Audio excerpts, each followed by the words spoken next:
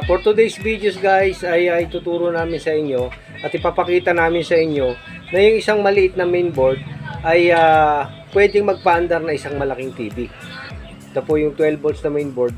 Yung ginamit natin nakaraan na pang test po ng panel. Panoorin nyo po yung video na yun. Ilalagay ko po sa comment box sa baba para po mapanood ninyo na ito po yung ginagamit pang test po ng panel. So ngayong araw po na ito guys, isa po sa capacity o sa capability ng mainboard na ito na ituturo namin ngayong araw na ito sa inyo ay papaandarin po natin ang isang Skyworth 40 inches LED TV sa pamamagitan po nito. So samahan nyo po ngayon kami sa araw na ito sa ating gagawing tutorial paano po ikakabit ito. Step by step ituturo namin sa inyo guys. So okay guys, so ito po ang TV na atin pong i-convert ngayong araw na ito. So tingnan po natin yung kanyang model ng TV. Ito po Skyworth po siya, RD43. Ito po yung model nitong TV na ito guys. 43 inches po pala, hindi po 40 inches. Mas malaki pa po ito sa nabanggit ko kanina. So ngayon po guys, ang sira po nitong TV na ito is standby lang po. Wala po siyang hindi po nag-on yung TV. So chinek po namin siya. Yung pong power supply natin may output voltage po. May output voltage. And then pero hindi po gumagana tong mainboard.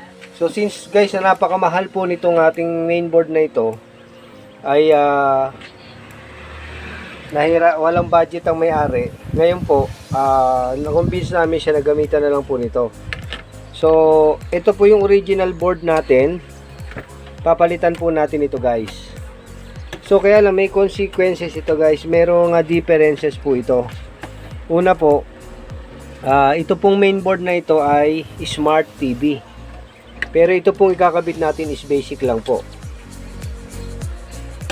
Kaya po may pagkakaiba po ito. Pero ito pong TV na ito ginagamit lang po as a monitor. Gumagamit po sila ng signal cable. So ang kailangan lang po nila is HDMI input. So ito pong mainboard natin na ito guys. Ayan, meron po siyang HDMI, may USB, VGA, audio video dalawa, AB1 saka AB2 ito sa side. And then may antena. So kailangan lang po naman nila is monitor po para do sa kanilang cable. So hindi nila ginagamit yung smart TV. Kaya po na-convince namin sila na ito na lang po ang gamitin. Okay? So yan guys, at samahan nyo kami sa ating gagawing pagko-convert. Una guys, ang gagawin natin, alamin natin yung panel number. Ito po, makikita po natin yan dito sa sa T-con.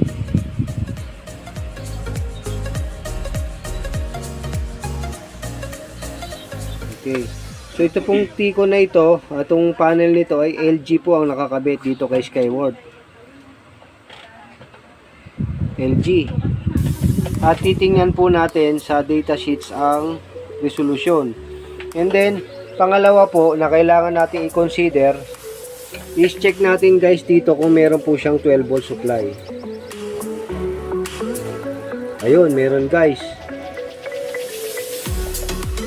Kasi po ito pong ating mainboard ay 12 volts po ang supply nito.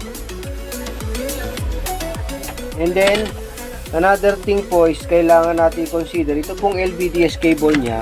Makita natin guys ay ribbon wire po ito. So kung ribbon wire po, hindi po siya compatible dito, kaya magpapalit din po tayo ng LVDS cable para po dito sa universal. Okay? So ayan po, tanggalin po natin guys, and then ipapalit po natin itong mainboard.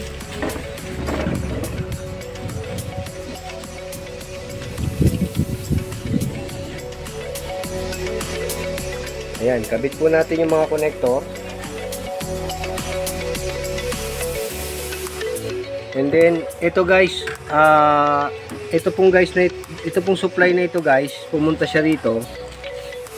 So ikinabit natin siya sa ito 12 volts. Ito 12 volts. And then ito po yung sa negative. Ayan po, makikita natin may 12 volts guys, tapos yung ground. Ito po yung sa 12 volts. And then ito po yung ground. Yan, pinapunta po natin dito sa mainboard. Sinupply natin. Kasi ito po yung supply ng ng mainboard natin guys. Ayan, 12 volts and then ground. And then kung makikita nyo guys, ayun, meron siyang BLO at saka ADJ. Yun po yung adjust. Yun po ay para sa backlight. Kasi po ang LED driver po nito ay nandito po sa power supply. So ito po yung LED driver nito. Itong lugar na ito. So dito po nakakonekta yung backlight. So pagaganahin natin siya guys, ang gagamitin natin control syempre ito. So kailangan natin ikabit yung BLO, yung blow on at saka yung adjust. So kung makikita natin guys dito po sa board, ayan po yung BL enable ay katumbas po ng BL on, kasi yung enable po saka BL at saka on ng backlight ay pareho lang po yun. And then makikita natin guys yung isa, backlight adjust o ADJ. Yan pong dalawa na yan, iko-connecta po natin. So ito po yung connection na yun. Konektado yan guys dito sa mainboard natin. Focus natin muna. Yan. Diyan po nakakonekta. And then, syempre, ngayon po may 12 volt supply na po itong mainboard natin. Gagana na po yan. Then kinabit po natin itong ating sensor. Yan. And then, kasunod po itong LVDS cable, papalitan po natin ito.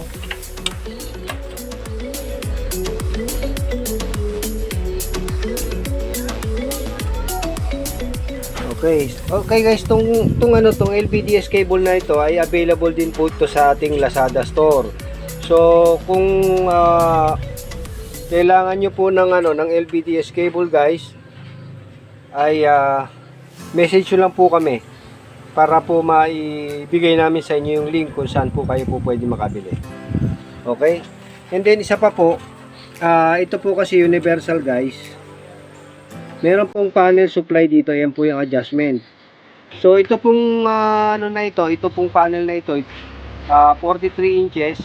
Tiningnan na po namin sa data sheets. Ang supply niya po 12 volts. And then, ang kanyang pixel format is 1920 by 768.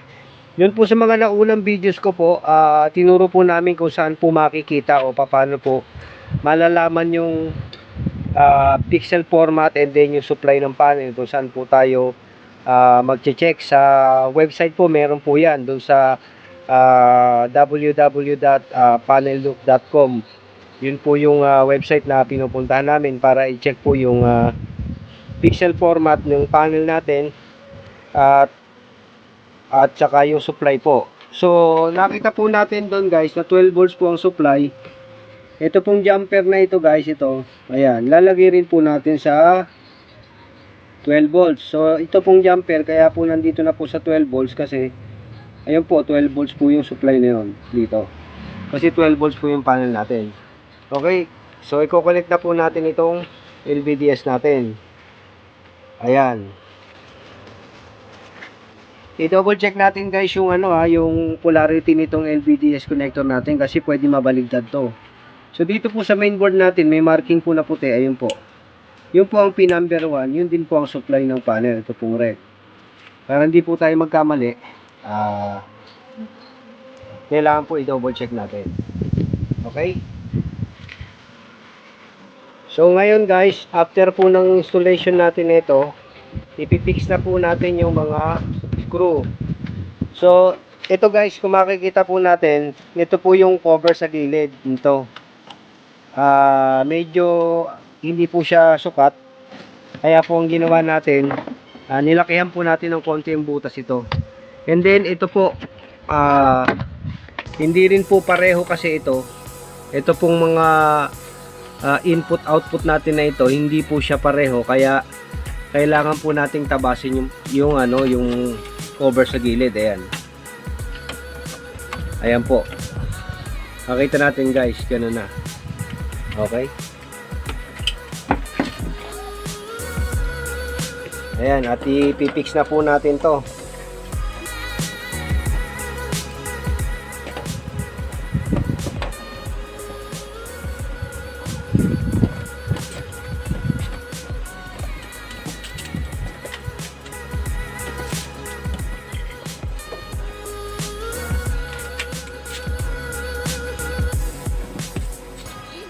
Ayan, tutornilyo po natin para hindi po gumagalaw. At sure po tayo na hindi i-secure po natin yung ating mainboard na hindi po magalaw, kasi baka po makalas and dumikit po rito sa body. Magsushort po siya kasi yung body po natin is bakal. So negative po yun. Magsushort po yung yung ating mainboard magsushort po.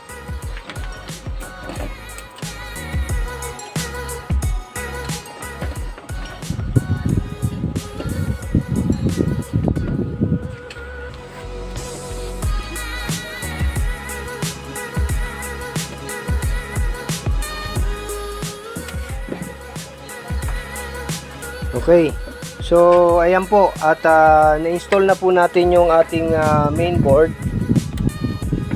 Ang hindi na lang po nakakonekta dito is yung speaker natin. Mamaya na po, paandarin muna natin.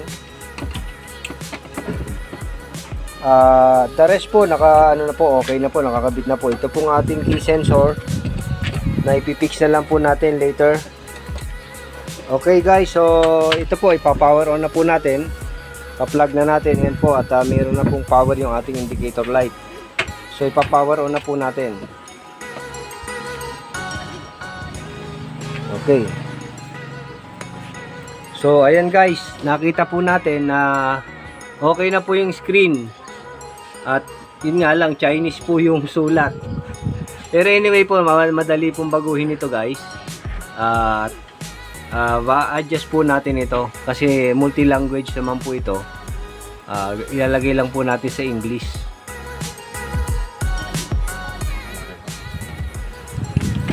So kung halimbawa guys na hindi po lumabas yung tao, kasi po ito kanina bago po namin ikabit yung mainboard, ay ipinrogram na po namin yung mainboard kasi nakita na po natin yung pixel format dun po sa panellook.com.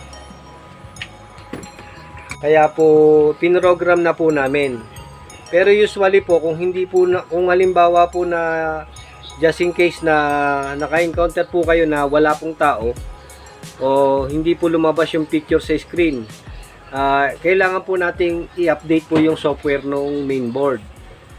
Kasi nga po yung pong pre-run ng mainboard natin is mababa po yung pixel format niya kumpara dun sa panel natin na ginamit ngayon. Mataas po yung pixel format. So ang magiging resulta po, kung hindi po na-update ang software, so maaari pong walang tao o kaya naman po dalawa, tatlo o nagkakaroon po ng division yung screen, dumadami po. Yun po yung mga nagiging problema. Pero kung halimbawa po kagaya sa amin, bago namin i-install to, pinoprogram na muna namin yung mainboard. Para po pagkabit namin okay na po. Then kung halimbawa po magpo-purchase po kayo ng mainboard na ganito sa amin, inform nyo lang po kami kung ano po yung pixel format na kailangan nyo para po bago namin i-send yung mainboard ay naka-update na po yung software. O kaya naman po panoorin nyo po yung previous video natin. May video po tayo niyan na kung paano po pinoprogram yung mainboard. Although na ibang model po yung dinemo namin noong nakaraan, pero same procedure din naman po yung ginagawa. Pwede namin po kayong padala na software by email, and then kayo na po ang mag-try. Kung gusto nyo po mag-try na mag-update ng software, ay pwede po natin yung gawin. Just inform lang niyo po kami kung ano pong software ipapadala namin po sa inyo. Kasi nga po hindi po namin pwedeng maipadala lahat ng software dahil hindi po kayang i-send via email. So isa-isang software lang po, sabihan niyo lang po kami kung ano po yung pixel format na kailangan ninyo. So ayan guys, at okay na po yung ating TV. So yung ano po, pagpasok po nito ng service mode, ganun din po yung natin, ganun din po yung sistema.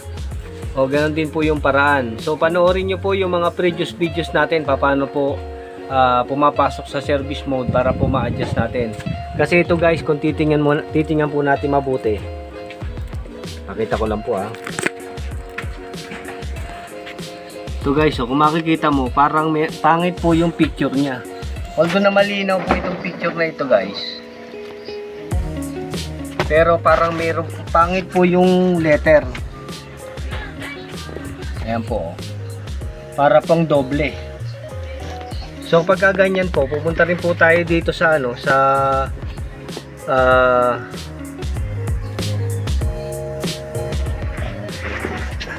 pupunta po tayo dito sa panel setting, and then para po gumanda yung picture guys, kung matingnan po natin dito po tayo pupunta sa LVDS channel swap. Tingnan nyo po pagka po in-off natin to. Ayan kita mo guys may parang double image po yung letter. Then pagka in-on natin siya, ayan, gumaganda po siya, pumipino. So ganun lang guys, ganun lang po yung pag-ayos nito. Kasi sa mga FHD po na pixel format, so ito pong function na ito kailangan po natin kuminsan. Kuminsan naman po pagkakabit natin, okay na po. Okay, so ganun lang po kadali guys. So ayan guys, at okay na po yung ating 43 inches na LED TV na pinalitan po ng universal mainboard. So sana po nakapag-share po kami sa inyo ng mga counting kaalaman paano po ginagamit yung universal mainboard. And guys, at okay na po yung ating 43 inches LED TV. So sana po nakapag-share po kami sa inyo ng counting kaalaman kung paano po yung paraan na po pwede natin gawin para mai-repair natin yung mainboard o mapalitan natin ang mainboard kung hindi na po kayang i-repair ng madali at saka murang paraan. Kasi kung papalitan po natin ito ng original na mainboard, so napakamahal po. Samantalang yung pong ating mainboard na ikinakabit o yung 12 volts na mainboard natin na pinakita natin ngayong araw na ito ay less than 1,000 pesos ang halaga. So sana po ay samahan nyo kami sa mga susunod pa pong videos na gagawin namin. At dun po sa hindi pa po nakapag-subscribe, paki-subscribe po ang aming channel at paki-hit na rin po yung notification bell para naman po sipagin kami na gumawa pa ng mga videos na kagaya nito na makakatulong po sa ating mga kapwa technician. Maraming salamat po, hanggang sa muli.